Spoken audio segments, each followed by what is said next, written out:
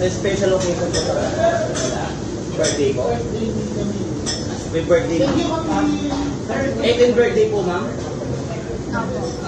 18th birthday. Sure, ma'am, 18th birthday. 26. Ay, 27 pala. Nakalimutan na kita din, ma'am.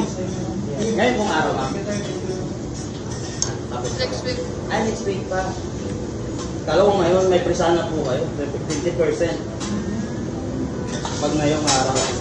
Then ngayon po yun sa birth certificate next week. Oo. Yung birth certificate ko next week. Pero yung araw ko ganito.